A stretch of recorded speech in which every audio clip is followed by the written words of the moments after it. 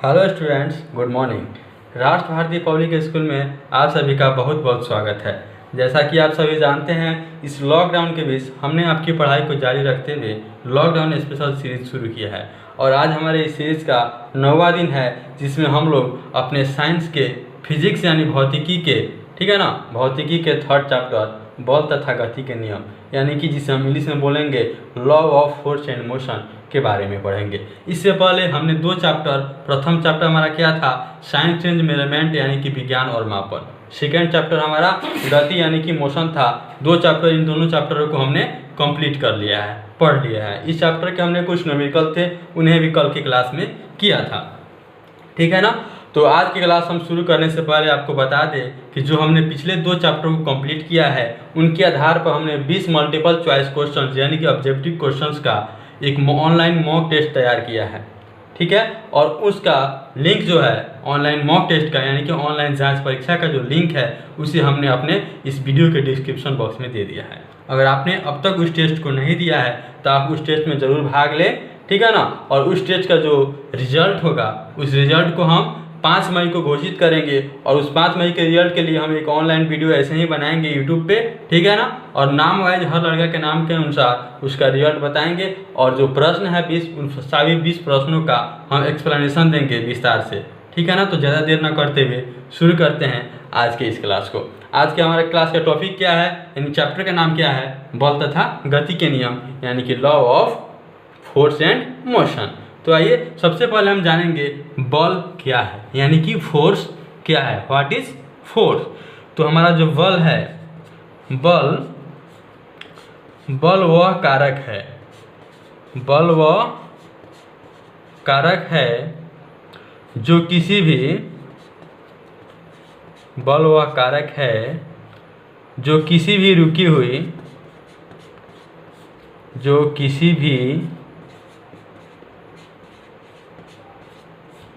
हुई अथवा थमी हुई यानी कि रेस्ट में अथवा थमी हुई वस्तु में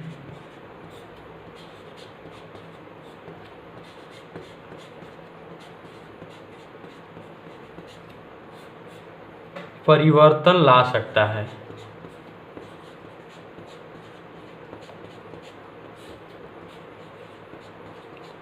परिवर्तन ला सकता है या कहें, या जब कोई वस्तु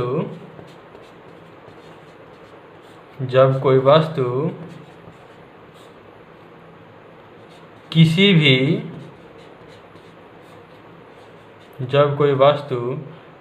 भी सीधे रास्ते पर चल रही होती है, यानी कि मोशन में होती है, गति में होती है, चल रही होती है, तो उसे हम क्या कर सकते हैं, बल लगाकर, तो उसे हम रोक सकते हैं या और तेज कर सकते हैं या उसकी दिशा में परिवर्तन कर सकते हैं, रोक सकते हैं या तेज या उसकी दिशा में परिवर्तन कर सकते हैं या तेज कर सकते हैं, ठीक है ना। यानी कि बल लगाकर, इसका अर्थात क्या हुआ, अर्थात हम बल लगाकर किसी वस्तु को गति में कर सकते हैं, यानी कि कोई वस्तु अगर रुकी हुई है, मान लीजिए हमारा गेंद है या रुका हुआ है, ठीक है ना, तो हम यहाँ पर इस पर बल लगाकर इसे क्या करेंगे, मोशन में कर देंगे, जिसके कारण हमारा बॉल यहाँ से यहाँ यानी गति में यानी चलना प्रारंभ कर सकती है। अगर वह बॉल क्या है, जो हमारा गेंद है वह रेस्ट में है, तो उसे हम बॉल लगाकर यानी फोर्स लगाकर गति में ला सकते हैं। नंबर 1 हो गया। और नंबर 2 हम पॉइंट देखें तो हम बॉल लगा किसी वस्तु की दिशा में भी चेंज कर सकते हैं, ठीक है ना, दिशा यानी कि डायरेक्शन में हम चेंज कर सकते हैं, उसकी दिशा में परिवर्तन ला सकते हैं, ठीक। नंबर 3 देखें तो बॉल लगा किसी आकृति को भी बदला जा सकता है। जैसे मान लीजिए कोई गेंद है, अगर उसे हम क्या करते हैं, अपनी उंगलियों से दाबें, अगर हमारे स्पंज गेंद है उससे उंगली से दाबें तो उसके आकार में कुछ ऐसा आ सकता है, ओवल हो सकता है, अंडे के आकार का हो सकता है, ठीक, या भले ही हमारा परमानेंट ना हो, बॉल लगाएं फिर ऐसा शेप, ऐसा था हमारा गेंद और ऐसा हो गया, ठीक है ना, बॉल लगाने के बाद फिर छोड़ दिए तो ऐसा हो गया। यानी कि क्या हुआ कि हम बॉल लगाएं तो किसी बॉल लगाकर किसी वस्तु की जो शेप है, आकृति है, उसे चेंज भी कर सकते हैं। ठीक है, नेक्स्ट देखिए तो हमारा जो बॉल है, बॉल क्या है, एक सदिश राशि है, यानी कि वेक्टर क्वांटिटी है। तो हमने सदिश राशि के बारे में पढ़ा था। बॉल जो हमारा है, बॉल वह क्या है, सदिश राशि है। सदिश राशि यानी कि हमने पढ़ा था पहले, सदिश राशि को इंग्लिश में क्या बोलते हैं, वेक्टर क्वांटिटी, ठीक है ना। तो सदिश राशि के बारे में हमने पढ़ा था। सदिश राशि में क्या होता है, सदिश राशि में परिमाण और दिशा दोनों होती है। परिमाण बोले तो वैल्यू या मैग्नीट्यूड, क्या होती है सदिश राशि में, परिमाण और एंड दिशा यानी कि डायरेक्शन दोनों होती है। ठीक है, यानी कि वैल्यू या मैग्नीट्यूड या डायरेक्शन दोनों होता है। तो हमारा क्या होता है, वह राशि हमारा सदिश राशि यानी कि वेक्टर क्वांटिटी होता है। ठीक है, नेक्स्ट हम बात करें, अगर हम परिमाण की बात करें, इसमें सबसे पहला हमारा क्या है, परिमाण है, इसे रफ कर देते हैं। ठीक, और परिमाण की बात करें तो एक मोटरसाइकिल ले लीजिए और एक मान लीजिए एक साइकिल ले लीजिए, ठीक है ना, एक मोटरसाइकिल ले लीजिए और एक साइकिल ले लीजिए। अब जो दोनों जो गाड़ी है, हमारा साइकिल भी एक समझिए वाहन है, गाड़ी है, और हमारा जो मोटरसाइकिल है वो अभी एक वाहन है। ठीक है, अभी जो दोनों का जो गाड़ी है, इसे अगर हम क्या बोलते हैं, इसे अगर हम गति में लाने की कोशिश करें, जो विराम में पड़ी हुई है, रुकी हुई है, और इसे हम गति में लाने की कोशिश करें, ठीक है ना, तो जो साइकिल है उसे गति में लाने के लिए हमें कम बॉल लगाना पड़ेगा, तथा जो मोटरसाइकिल है उसे ज़्यादा बॉल लगाना पड़ेगा, है ना। क्योंकि क्या है, मोटरसाइकिल वजन में ज़्यादा है, भारी है, और साइकिल क्या है, हल्का है। तो इससे हमें क्या पता चलता है कि उसमें बॉल में कुछ ना कुछ तो परिमाण है, कुछ ना कुछ वैल्यू है, कि हम साइकिल जो है, साइकिल के लिए कम बॉल लगा रहे हैं तो वह गति करना प्रारंभ कर दे रहा है, यानी कि चलना शुरू कर दे रहा है। जबकि मोटरसाइकिल है, उसमें ज़्यादा जोर लगाना पड़ रहा है, ठीक है, तब जाकर हमारा मोटरसाइकिल चलना शुरू कर रहा है। ठीक, इससे हमें पता चलता है कि बॉल जो है उसमें क्या है, परिमाण मौजूद है।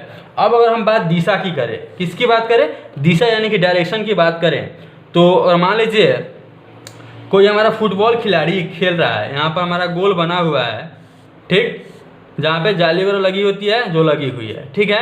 अगर यहाँ पर हमारा प्लेयर है, कोई फुटबॉल को यहाँ से मारता है, फुटबॉल यहाँ आया, मेरा सेकेंड प्लेयर कोई यहाँ पर है, ठीक, और उस फुटबॉल को मारेगा, कहाँ, गोल कर दिया। ठीक, गोल कर दिया तो क्या, यहाँ से बॉल यहाँ गया, फुटबॉल हमारा यहाँ से यहाँ गया, फिर यहाँ से यहाँ पहुँच गया। तो यहाँ से जो प्लेयर यहाँ पर था वह क्या किया, इस प्लेयर जो था हमारा प्लेयर, इस प्लेयर ने हमारे इस फुटबॉल को एक निश्चित दिशा देकर गोल कर दिया। इससे हमें क्या पता चलता है कि जो हमारा बॉल है वहाँ पे डायरेक्शन भी है, यानी कि दिशा भी मौजूद है। ठीक, आगे हम बॉल से मौजूद कुछ महत्वपूर्ण डिफिनीशन कहिए या कुछ महत्वपूर्ण क्या बिंदु देख लेते हैं, महत्वपूर्ण पॉइंट देख लेते हैं जो इम्पोर्टेंट है, जरूरी है, जानना आवश्यक है। इसमें सबसे पहला हमारा पॉइंट आता है लगाव बिंदु। लगाव बिंदु,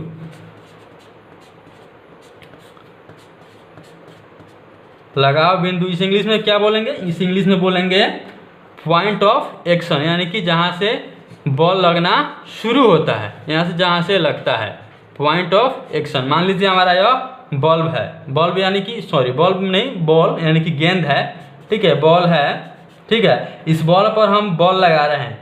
तो मान लीजिए हम यहाँ से बॉल लगा रहे हैं, तो ये हमारा एक पॉइंट बना जहाँ पे हम बॉल लगा रहे हैं। तो इस पॉइंट को हम क्या बोलेंगे, लगाव बिंदु। क्या बोलेंगे, लगाव बिंदु, यानी कि पॉइंट ऑफ एक्शन। और इसका डिफिनीशन लिखा जाए तो क्या होगा डिफिनीशन, जिस बिंदु पर बॉल लगता है वो हमारा लगाव बिंदु है। सिंपल, जिस बिंदु पर बॉल लगता है वो हमारा लगाव बिंदु है। नेक्स्ट हमारा आता है, इसमें अगला पॉइंट देखें तो क्रिया रेखा। ठीक है, क्रिया रेखा यानी कि लाइन ऑफ एक्शन। मान लीजिए हमारा यह जो बॉल है स्थिर पड़ा हुआ है, विराम में यानी कि रेस्ट में है, ठीक है, रेस्ट में है यानी कि हमारा विराम में है। इस पर हम बॉल लगाएं, तो बॉल लगाने के बाद या कुछ मोशन किया सीधे रेखा में, ठीक, इसके अलावा इस पर कोई अलग से दूसरा कोई बॉल नहीं लगे, और हम सिंपल बॉल लगाए और यह एक समान सीधी रेखा में क्या हुआ, गतिमान हो गया, यानी कि चलना प्रारंभ कर दिया, गति में आ गया। ठीक, तो यह जो हमारे लाइन है, सीधी लाइन, इसे हम क्या बोलेंगे, क्रिया रेखा। क्या बोलेंगे, क्रिया रेखा। इंग्लिश में बोले तो इसे हम बोलेंगे line of action, line of action. ठीक है ना। आगे हम देखें तो किसी बल के बारे में, अगर कोई बल है, इस पर हमने बल लगाया है, इसके बारे में विस्तार से जानकारी के लिए, पूरी जानकारी के लिए कुछ पॉइंट है जिनके बारे में हमें ध्यान देना आवश्यक होता है। नंबर 1 पॉइंट की बात करें तो नंबर 1 पॉइंट होता है कि वह जो बल है वह किस वस्तु पर लग रहा है, वह बल किस वस्तु पर लग रहा है, किस वस्तु पर लग रहा है। ठीक है। नंबर 2 की बात करें तो हमारा नंबर 2 पॉइंट होता है उसे लगा कौन रहा है, यानी कि उस बॉल को अप्लाई कौन कर रहा है। ये भी हो सकता है कि उस बॉल को अप्लाई करने वाला कोई मनुष्य हो, या ये भी हो सकता है कि उस बॉल को अप्लाई करने वाला कोई मशीन भी हो। उस बॉल को लगा कौन रहा है।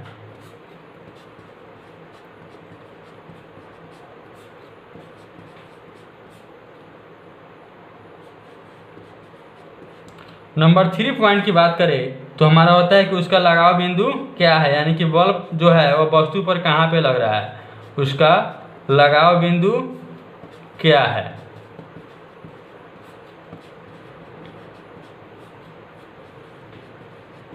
नंबर 3 की बात करें, नंबर 3 तो हो गया था। नंबर 4 की बात करें तो उसकी क्रिया रेखा तथा दिशा क्या है, उसकी क्रिया रेखा तथा दिशा क्या है।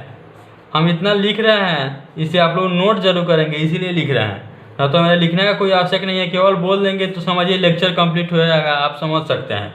उसकी क्रिया रेखा तथा दिशा क्या है, ठीक है ना। तो इसे आप लोग लिखेंगे जरूर,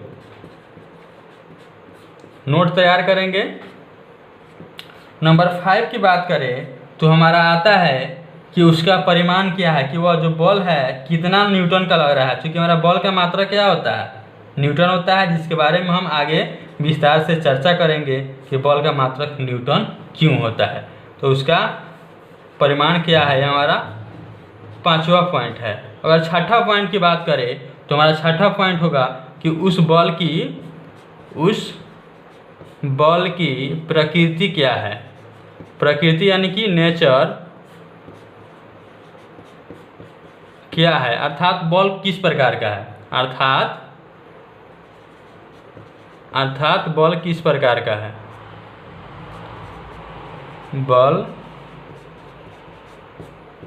किस प्रकार का है, यानी कि कौन सा बॉल है, किस प्रकार का है।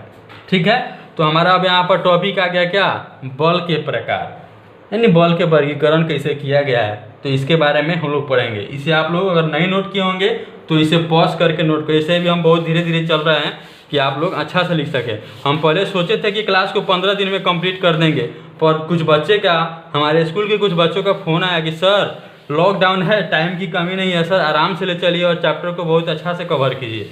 ठीक है ना। तो इसलिए सोचे चलिए एक एक पॉइंट को, छोटा छोटा पॉइंट को ध्यान में रखते हुए हम चलेंगे और चैप्टर को बिल्कुल आराम से बढ़िया से पढ़ेंगे और बढ़िया से कंप्लीट करेंगे। ठीक है। तो जो बॉल है इसे मुख्य रूप से सबसे पहले बॉल यानी कि फोर्स, इसे मुख्य रूप से सबसे पहले 2 भागों में वर्गीकृत किया गया है। नंबर 1 हमारा आता है संतुलित बल। क्या आता है, संतुलित बल। नंबर 2 की बात करें तो असंतुलित बल, असंतुलित बल। अगर इंग्लिश में लिखे तो असंतुलित बल को बोलते हैं अनबैलेंस्ड फोर्स, अनबैलेंस्ड फोर्स। ठीक। और संतुलित बल को बोलते हैं बैलेंस्ड फोर्स। ठीक है ना।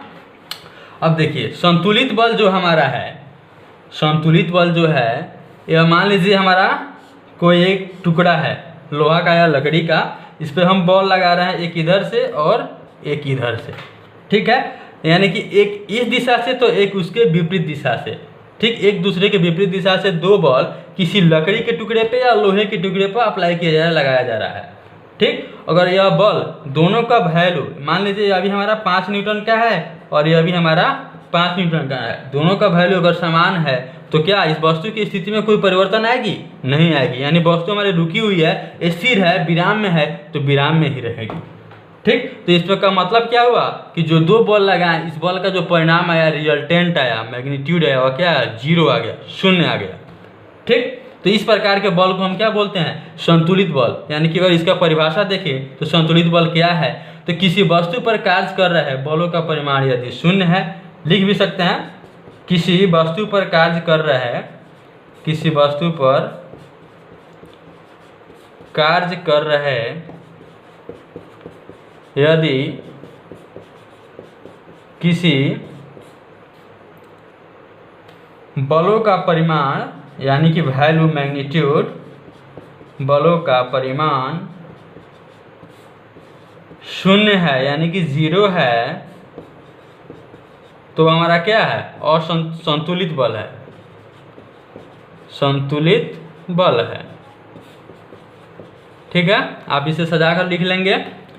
ठीक, इसे यानी कि संतुलित बल क्या है कि जो 2 बल लग रहा है या 4 बल लग रहा है, ठीक है, कितनाओं बल लग रहा है यानी कि मल्टीपल बल है, और एक दूसरे के विपरीत दिशा में है सभी बल, यानी कि जोड़ा में बल है। अगर 2 लग रहा है तो 1 और 1 2, यानी कि एक दूसरे के विपरीत। 4 लग रहा है तो 2 एक दिशा में और 2 एक दिशा में, यानी कि एक दूसरे के विपरीत ही लगना है। तो 4 या 2 बल लग रहा है, ठीक है, और दोनों बल एक दूसरे के विपरीत दिशा में है तथा दोनों का वैल्यू यानी कि परिमाण या मैग्नीट्यूड समान है। ठीक है, तो इस प्रकार क्या होगा? जो बल का परिमाण होगा, रिजल्टेंट निकलेगा सभी बलों का, वह क्या होगा? शून्य होगा। तो उस परिस्थिति में हमारा जो बल होगा वह संतुलित बल कहलाएगा। ठीक है, लेकिन अगर ऐसा नहीं होता है, मान लीजिए यही वस्तु है, ठीक है, और इस पर बल लग रहा है, एक इधर से लग गया 10 न्यूटन का और इधर से सर लग गया कितना? 5 न्यूटन का। अब इधर से 5 न्यूटन का लग गया, इधर से 10 न्यूटन का लगा, अब क्या होगा? सोचिए क्या होगा? अब होगा ये कि यह जो हमारा वस्तु है, जो हमारा वस्तु है यानी कि लोहे का टुकड़ा या लकड़ी का टुकड़ा है, तो इधर से क्या, मान लीजिए एक आदमी यह है 5 न्यूटन का, एक आदमी है, एक आदमी 10 न्यूटन का है। अब ये जो 5 न्यूटन का आदमी है क्या, ये कमजोर है, और जो 10 न्यूटन का आदमी है वह मजबूत है। अब 10 न्यूटन वाला ज़्यादा बल आएगा तो 5 न्यूटन वाला क्या होगा? उसे पीछे आना पड़ेगा, बैक होना पड़ेगा। तो मान लीजिए हमारा यहाँ पर जो वस्तु था वह यहाँ पे आ गया, ठीक, और 10 न्यूटन वाला क्या आगे बढ़ गया, या मजबूत व्यक्ति आगे बढ़ गया और 5 न्यूटन वाले को पीछे आना पड़ गया। यानी क्या हुआ? हमारा जो वस्तु है वो गति में आ गया। ठीक, यहाँ था वो यहाँ से बढ़कर यहाँ आगे बढ़ गया, क्योंकि यहाँ पर जो था जो दोनों बल लगा उसका परिमाण यानी कि मैग्नीट्यूड जो है वह बराबर नहीं था, वैल्यू बराबर नहीं था। एक बड़ा था एक छोटा था, कुछ भी हो सकता है, बड़ा छोटा छोटा बड़ा। ठीक, तो इससे हमें क्या पता चला कि अगर वस्तु का दो परिमाण बल जो लग रहा है, सॉरी, जो बल लग रहा है उसका परिमाण अगर अलग अलग है, वैल्यू अलग अलग है, तो हमारा जो बल है उस समय क्या कहलाएगा? असंतुलित बल कहलाएगा, अनबैलेंस्ड फोर्स कहलाएगा। ठीक है, अब हम देखें तो अनबैलेंस्ड फोर्स के कारण क्या गति उत्पन्न हो रही है, यानी कि मोशन उत्पन्न हो रही है। तो हम कह सकते हैं कि बल जो है वह किसी वस्तु में क्या त्वरण उत्पन्न कर सकता है।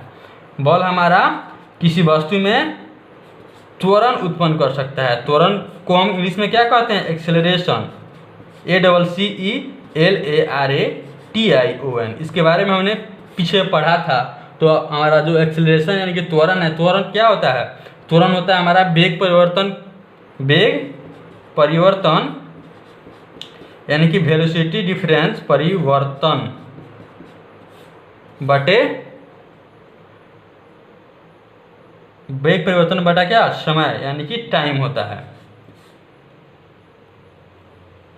ठीक है ना।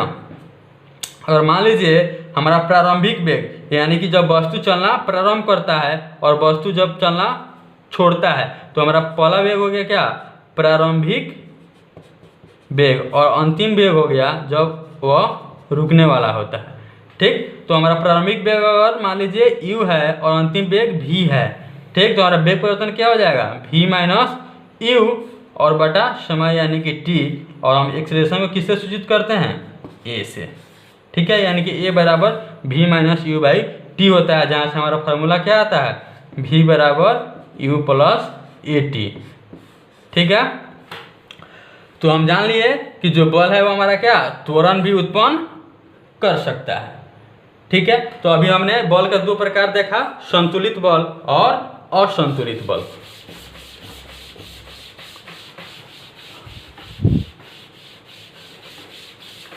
नेक्स्ट हम देखें तो बल को आगे दो और टाइप में विभाजित किया गया है, उनके स्पर्श के आधार पर, यानी कि उन पर बॉल जो लग रहा है किस आधार से, टच करके या नहीं टच करके, ठीक है, यानी कि छू कर या बिना छुए, ठीक है। तो इसके आधार पर बॉल को दो प्रकार में बांटा गया है।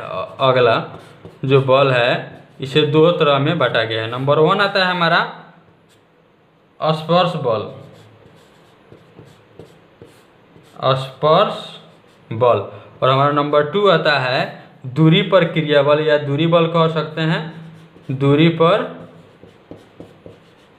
क्रिया बल, इसे डिस्टेंस फोर्स कह दीजिए या एक्शन ऑफ डिस्टेंस फोर्स भी कहिए।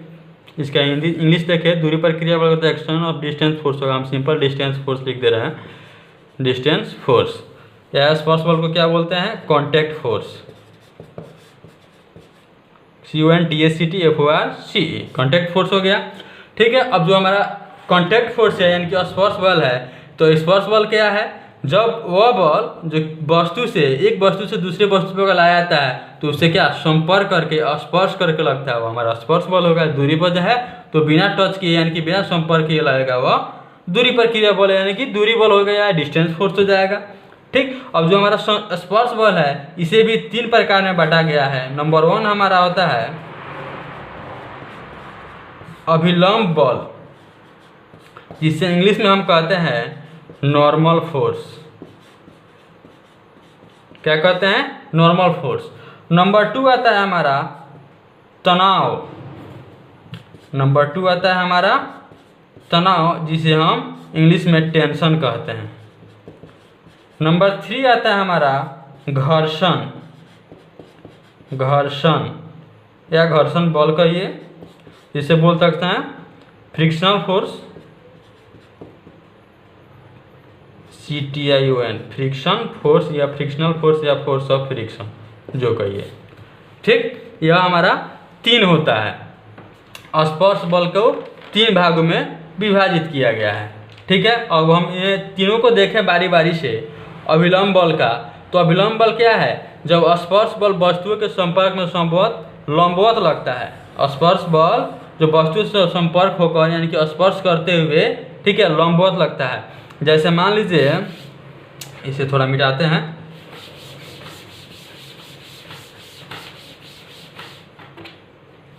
स्पर्श बल तो हम समझ लिए। और हमारा नॉर्मल फोर्स यानी कि अभिलंब फोर्स क्या है, तो जब स्पर्श बल वस्तुओं के संपर्क की सतह पर लंबवत लगता है। अभिलंब का मतलब ही होता है लंबवत, यानी कि 90 डिग्री पे, ठीक है। जैसे मान लीजिए हमारा कोई टेबल है, ठीक है ना, यह हमारा कोई टेबल है और टेबल पर कोई पुस्तक रखा हुआ है, ठीक। टेबल पे कोई पुस्तक रखा हुआ है, तो पुस्तक जो है हमारा क्या टेबल पर नीचे की ओर बॉल लगा रहा है, और हमारा जो टेबल है वह पुस्तक पर ऊपर की ओर बॉल लगा रहा है, बिल्कुल सीधे 90 डिग्री पे, ठीक है ना।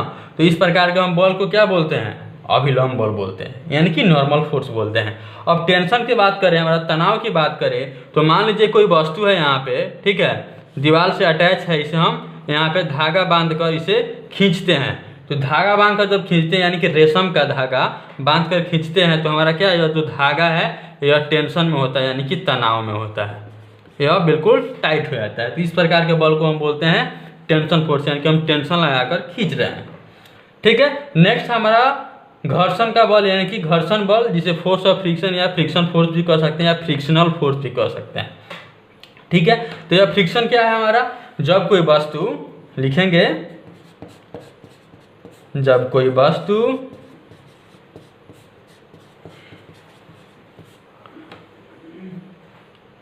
किसी दूसरी वस्तु की सतह पर, इंपॉर्टेंट है इसलिए लिख दे रहे हैं, किसी दूसरी वस्तु की सतह पर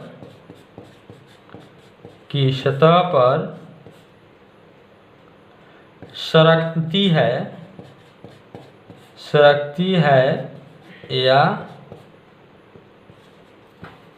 या लुढ़कती है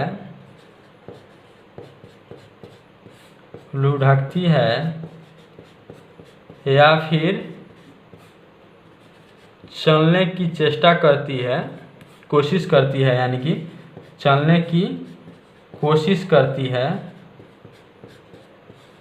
या चेष्टा करती है,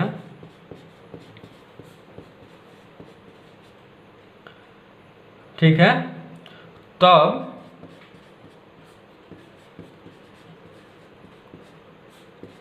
स्पर्श में आने वाली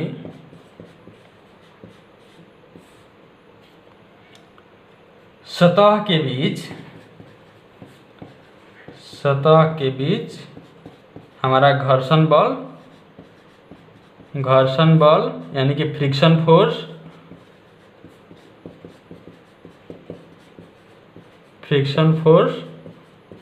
उत्पन्न होता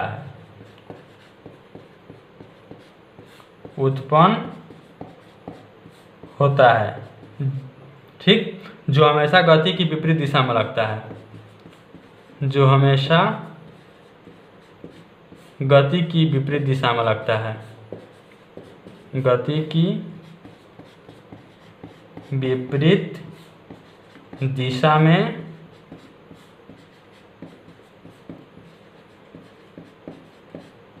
लगता है, ठीक है ना। कह रहा है कि जब कोई वस्तु किसी दूसरी वस्तु पर के सतह पर, दूसरी वस्तु के सतह पर या की सतह पर सरकती है या लुढ़कती है या फिर चलने की कोशिश करती है, चेष्टा करती है, तब स्पर्श में आने वाली वस्तु के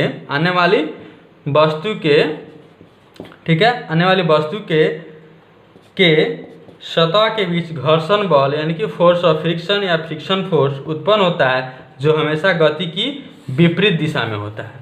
जैसे मान लीजिए कोई वस्तु है, जैसे गेंद है, हमारी गेंद जो है इस पर चल रही है, गति में आ रही है, तो धीरे धीरे क्या होता है, एक समय के बाद यह आकर रुक जाती है, ठीक है, यहाँ पर आकर रेस्ट में आ जाती है, यानी कि विराम में आ जाती है। तो यह क्यों आती है?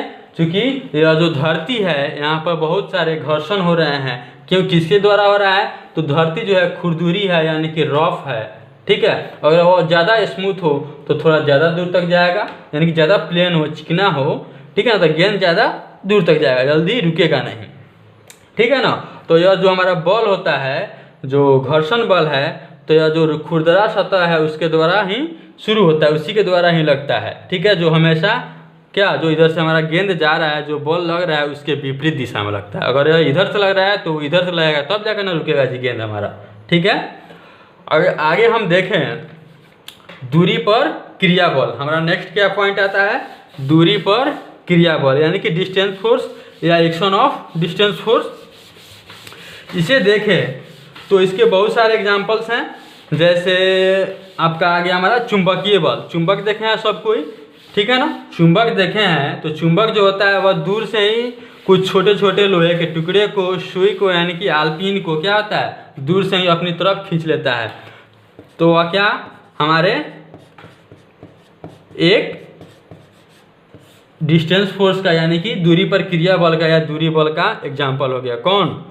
चुंबकीय बल यानी कि मैग्नेटिक फोर्स, इंग्लिश में इसे बोलते हैं मैग्नेटिक फोर्स, FORC, ठीक है। तो कैसा हो गया जी? कोई चुंबक है जो लोहे के छोटे छोटे टुकड़े को अपनी तरफ खींच लेता है, ठीक है। तो यह हमारा चुंबकीय बल का हो गया। नंबर 2 आता है हमारा स्थिर वैद्युतीय बल, स्थिर विद्युतीय बल, जिसे हम इंग्लिश में बोलते हैं इलेक्ट्रोस्टैटिक फोर्स, इलेक्ट्रोस्टैटिक फोर्स, ठीक है। जैसे आप लोग देखे होंगे जो हमारा प्लास्टिक का कंघी होता है उसे हम बाल में रगड़ें और रगड़ कर छोटे छोटे जो कागज़ के टुकड़े हैं उसे कुछ दूर से वह क्या करता है, चिपक जाता है, खींच लेता है, ठीक है। तो इस प्रकार जो हमारा बल होगा वह क्या है? स्थिर विद्युतीय बल यानी कि इलेक्ट्रोस्टैटिक फोर्स। एक और हमारा महत्वपूर्ण एग्जाम्पल है गुरुत्व बल। क्या है? गुरुत्व बल यानी कि ग्रेविटी फोर्स, गुरुत्व बल, या इसे बोल सकते हैं force of gravity, force of gravity या ग्रेविटेशनल फोर्स भी बोला जाता है, GRAVITY। तो यह बहुत सारा, जैसे अपना चांद हो गया, चांद यानी कि मून हो गया, यह हमारा पृथ्वी जो है, अर्थ जो है, पृथ्वी यानी कि अर्थ जो है, इसके चारों तरफ क्या करता है? एक निश्चित कक्षा में परिक्रमा करता है, घूमता है, इसका चक्कर लगाता है, ठीक। तो इन दोनों के बीच यह चिपकता क्यों नहीं है? तो इसके बीच में हमारा गुरुत्वाकर्षण बल यानी गुरुत्व बल लगता है, फोर्स ऑफ ग्रेविटी। हर एक बॉडी के बीच में, कोई भी बॉडी है, ठीक है, 2 पार्टिकल है, उसके बीच में ग्रेविटी लगता है यानी कि फोर्स ऑफ ग्रेविटी, गुरुत्व बल लगता है, ठीक है। तो यह जो गुरुत्व बल के कारण ही यह हमारा जो वस्तु है, यानी कि जो हमारा अर्थ है और मून है, यह एक दूसरे से दूर है। क्यों? क्योंकि इसका जो बल है और इसका जो बल है, ठीक, यह थोड़ा ज़्यादा मात्रा में, यह हमारे शरीर की तरह तो नहीं है। हमारा जो शरीर है अभी हमारा बॉडी ही है कोई, इसके अंदर भी ग्रेविटी है कुछ अपना, लेकिन हर क्या है, सब कोई सेम है, हल्का हल्का का माइनर होता है, ठीक है, तो कोई फर्क नहीं पड़ता, हम एक दूसरे के पास नहीं चले जाते।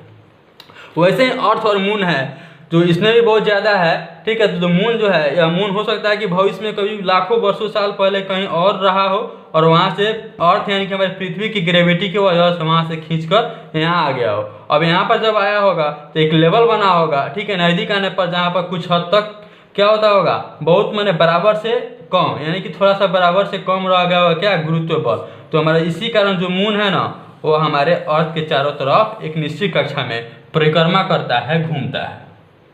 इसी प्रकार हमारा अर्थ जो है यानी कि पृथ्वी है, और भी ग्रह हैं जैसे शुक्र, मंगल, ठीक है, बुध, बृहस्पति, शनि, ये सब जो ग्रह हैं वह सूर्य के चारों तरफ, हमारा अगर सन है, सन के चारों तरफ एक निश्चित कक्षा में, ठीक है ना, निश्चित कक्षा में क्या परिक्रमा करती है, घूमती है, चक्कर लगाती है।